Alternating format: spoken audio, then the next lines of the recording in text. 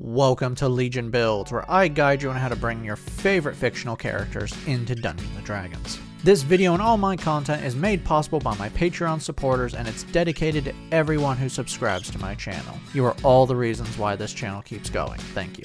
Join the Legion today at patreon.com/63rdlegion for free and help decide next week's new character, and paid supporters receive early access to all my content.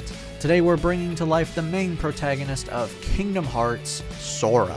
Sora lived an idyllic life upon Destiny Island with his friends until the darkness came to his world. As his world was being ripped apart, a mystical weapon known as the Keyblade appeared in his hands. With this, his power is unlocked and Sora became a hero. Sora's abilities include casting magic, transforming the Keyblade into various weapons, and unlocking new forms of power that grant him new abilities depending on the form.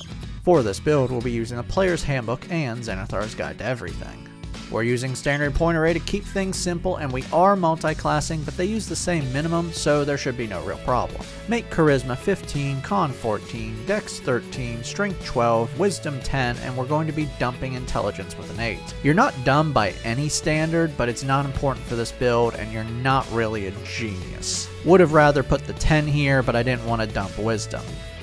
Sora is a human. Variant Human grants you a free feat and skill with your stat improvements. Place +1 into Charisma and Dex. For your feat, Magic Initiate from the Player's Handbook grants you 2 cantrips and 1 first level spell from any spell list of your choosing, but you must use the spellcasting modifier from that list. Let's get the basic magic for this one and hop over to Sorcerer, which will use your Charisma. Firebolt fires a blast of fire out to 120 feet and deals 1d10 fire damage on a hit. Ray of Frost fires a blast of ice out to 60 feet and deals 1d8 cold damage on a hit, and then slows down the target's speed by 10 feet until the start of your next turn. Shield adds +5 to your AC as a reaction for 1 turn and automatically stops magic missile. Because of your feat, you can cast Shield once per long rest without a spell slot. For your free skill, grab Perception. To finish out your lineage, you know the languages Common and one other of your choice. For background, take the skills Acrobatics and Athletics. To finish out all this, you get 2 more proficiencies that can be any tool or language. Go ahead and take what you want, because we never really see anything of your life before the Keyblade except for a short time the day before.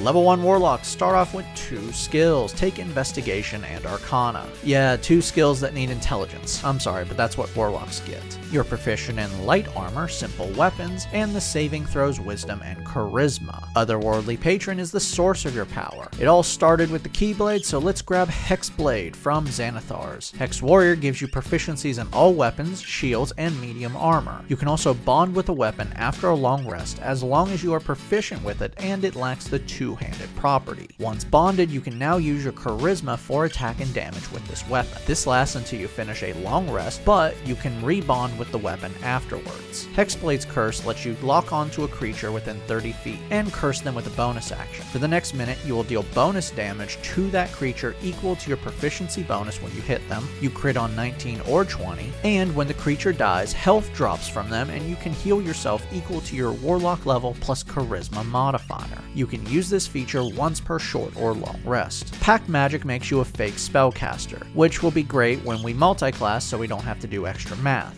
You will have limited spell slots, like 1 at this level, but the spell slots will be maxed out at certain levels. Now, because you're not a real spellcaster, you get to keep these spell slots alongside your normal ones when you get them. You start off with 2 cantrips and 2 first level spells. For your spells, Thunderclap blasts everyone within 5 feet of you and forces a con save. Should they fail, they take 1d6 thunder damage. And now take whatever you want. We now have all the cantrips we want for right now, and all the spells we'll get later, so take a look at the combat spells and pick what you want.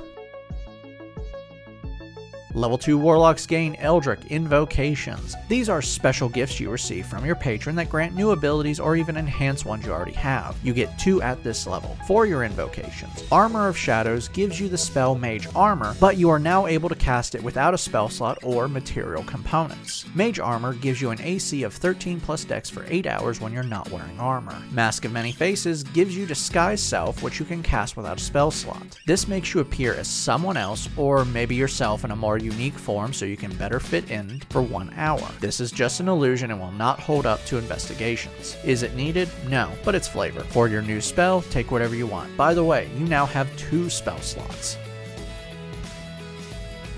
Level 3 Warlocks received a Pact boon, and it's time for a real Keyblade with Pact of the Blade. You can now magically summon any melee weapon you wish with an action, and it will look as you want it to. You can also bond with it using your Hex Warrior. Hell, it even removes all limiters from that feature, meaning you can have a weapon that has the 2-handed property and still get Hex Warrior. Your spell slots are now upgraded to 2nd level. For your new spell, Shadow Blade summons Oblivion into your hand. Well, because of Pact of the Blade, you can make your weapon look like any of the Keyblades or any of its forms, but Oblivion is my favorite, so I'm adding it in. For 1 minute while you maintain this spell, you summon a Black Blade into your hand with a bonus action. This blade is light, finesse, can be thrown, and will deal 2d8 psychic damage on a hit. If you throw it, you can call it back with a bonus action. Since it has the light property, you can dual wield it with another weapon, so turn your Pact weapon into a scimitar.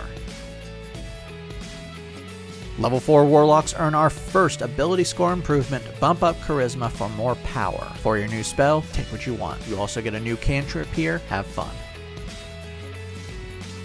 Level 5 Warlocks get a new invocation. For this invocation, Thirsting Blade lets you attack twice with your Pact weapon with a single attack action. You also have your spell slots upgraded to 3rd level. For your new spell, it's time for some happy thoughts. Fly grants you a flying speed of 60 feet for 10 minutes while you maintain the spell. You've hit character level 5, bring your proficiency bonus up to +3. Firebolt, Thunderclap, and Ray of Frost are also upgraded, now dealing 2 damage dice each. Okay, we need more magic than Warlock can give us. Time to jump classes. Level 1 Sorcerers begin with a Sorceress origin. Divine Soul from Xanathar's brings the power of Kingdom Hearts. Divine Magic allows you to access both the Sorcerer and Cleric spell list. It also gives you a free spell. For that spell, Cure Wounds heals a creature you touch by 1d8 plus your Charisma modifier. Favored by the Gods lets you add 2d4 to a failed saving throw or attack roll. You can do this once per short or long rest. Spell Casting makes you a true spellcaster. Now remember, you get both your Warlock slots and your Sorcerer spell slots. You're starting off with 4 cantrips and 2 first level spells. For your spells, Shocking Grasp is a melee spell attack that deals 2d8 lightning damage on a hit and stops the target from getting reactions until the start of its next turn. Shape Water lets you control water that fits into a 5-foot cube. You can freeze it for 1 hour, move it, change its color, or make it appear in simple shapes. Spare the Dying lets you stabilize a dying creature by touching them. Featherfall stops all fall damage no matter the height on up to 5 creatures with a reaction. Ice Knife fires a blast of ice out to 60 feet. It does 1d10 piercing damage on a hit, and regardless of if it hits the target or not, it explodes. Every creature within 5 feet of the blast must make a dex save or take 2d6 cold damage. You get 1 more cantrip, have fun choosing.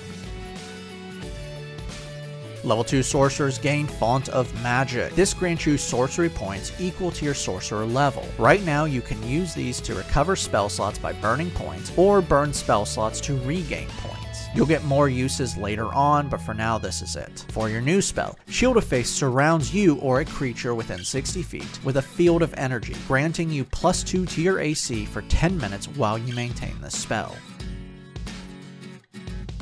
Level 3 Sorcerers now have Meta Magic. These allow you to spend your sorcery points to alter your spells. For your Meta Magic options, Distant Spell costs 1 sorcery point and doubles the range of your spells, or turns a range of touch spell into a range of 30 feet, which means you can now cure at a distance. Quicken Spell turns 1 spell with a casting time of 1 action into a bonus action for 2 sorcery points. You also now have 2nd level spells. For your new spell, Spider Climb allows you to run across any solid surface for 1 hour while you maintain this spell. This includes up walls and across ceilings. Kingdom Hearts 3 made this odd addition, so it's here. Level 4 Sorcerers earn another ability score improvement, Cap Off Charisma. For your new spell, Alter Self transforms you for 1 hour while you maintain the spell. While you are transformed, you choose the effect. You can now change your shape to look completely different, breathe underwater and gain a swimming speed, or grow magical weapons from your body. Last one really doesn't fit you, but it's actually pretty cool. But that will use your strength modifier. You get a new cantrip here as well, have fun choosing. Hey, you've reached character level 9. Raise your proficiency bonus again to +4. Level 5 sorcerers gain magical guidance. Now when you fail a skill check, you can spend 1 sorcery point to reroll the dice. You also gain 3rd level spells. For your new spell, Lightning Bolt fires lightning from you in a 100-foot line. Each creature within the line must make a dex save or take 8d6 lightning damage. Level 6 Divine Soul Sorcerers receive Empowered Healing. Now when you or an ally rolls dice from a spell that heals, you can spend 1 sorcery point to reroll any number of the dice as long as you are not incapacitated. You can do this once per turn. For your new spell, Fireball sends out a huge blast of fire out to 150 feet and explodes into a 20-foot radius sphere. Every creature within the sphere must make a dex save or take 8d6 fire damage. You are character level 11 now. Firebolt, Thunderclap, Ray of Frost, and Shocking Grasp now deal 3 damage dice each. Level 7 sorcerers now have 4th level spells. For your new spell, Knock instantly opens any locked door or chest within 60 feet, or suppresses a magical lock for 10 minutes. Be warned, this is a loud spell, and everyone within 300 feet can hear you doing this. Level 8 sorcerers earn another ability score improvement. Start bumping up dex for more AC. For your new spell, take what you want. We're really good for now. New milestone, your character level 13, raise your proficiency bonus again to +5. Level 9 sorcerers gain 5th level spells. For your new spell, Cone of Cold unleashes a wave of ice within a 60-foot cone, forcing a con save on everyone within, dealing 8d8 cold damage on a failure. Level 10 sorcerers receive a new meta magic option. For this option, Twin Spell lets you target a second target with a spell that only targets 1 creature. The spell level determines the cost for this option, with cantrips costing 1 sorcery point. For your new spells, Mass Cure Wounds allows you to heal up to 6 creatures within a 30-foot radius sphere you create within 60 feet, healing them 3d8 plus your charisma modifier. You also get your final cantrip here. Have fun choosing.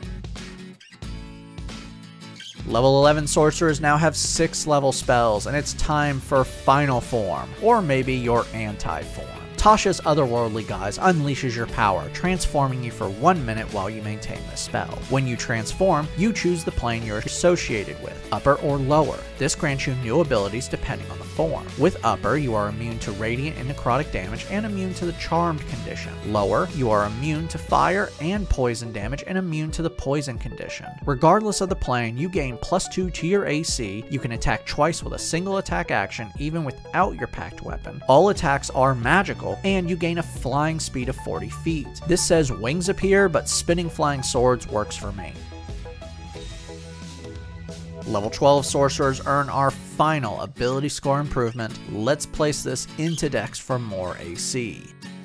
You've hit character level 17, your proficiency bonus is now maxed out at +6. Firebolt, Ray of Frost, Shocking Grasp, and Thunderclap now deal 4 damage dice each. Level 13 sorcerers gain 7th level spells. For your new spell, Chain Lightning fires a bolt of lightning at a target within 150 feet. 3 more bolts fire out from the original target, targeting a creature within 30 feet of the original target. Everyone targeted by this must make a dex save or take 10d8 lightning damage. Level 14 Divine Soul Sorcerers receive an Angelic Form. Now with a bonus action, you gain a flying speed of 30 feet that lasts until you dismiss it with a bonus action, are incapacitated, or die. Our final level is level 15 Sorcerer, and you now have 8th level spells. For your final spell, take what you want. Now that we've hit level 20, let's recap. Your stats are Strength 12, Dex 18, Con 14, Intelligence 8, Wisdom 10, Charisma 20. Your total levels are Warlock 5, Sorcerer 15. Let's dive in. You have an amazing range of damage. Your spells deal fire, ice, thunder, and lightning. Your Keyblade can also take any form you choose, and it's all magical attacks. Hell, you can summon a second Keyblade that deals psychic damage. For your magic, you can target multiple targets, cast spells as a bonus action, and you can extend your magic's range so now you can heal at a distance. Finally, you have an AC of 17, have great movement range with both a flying speed and can run up walls. You can also disguise yourself and can breathe underwater. Downside. Firstly, concentration spells. You have a ton of them. You also need a spellcasting focus that isn't your Keyblade like in the game. We could have gotten an invocation to turn your Keyblade into a focus, but that would have only worked for your Warlock spell slots. You don't really want to get hit either, as your total health taking the average is 128. Great for a spellcaster, but not a frontline fighter. Finally, you're dumb. Anything that targets that stat is going to work. At the end of the day, none of these problems matter because your true strength comes from your friends. So stand together and save the day. Thank you for joining me today. I'd like to give a special shout out to my awesome supporters on my Artificer tier. Thank you, John Martin, Jonathan Hayes, Christopher R. Martin, and Java Squirrel. You guys are awesome. Make sure to like and subscribe to not miss a single new build each week on YouTube and Spotify, and make sure to check out my Patreon where you can help decide next week's new character.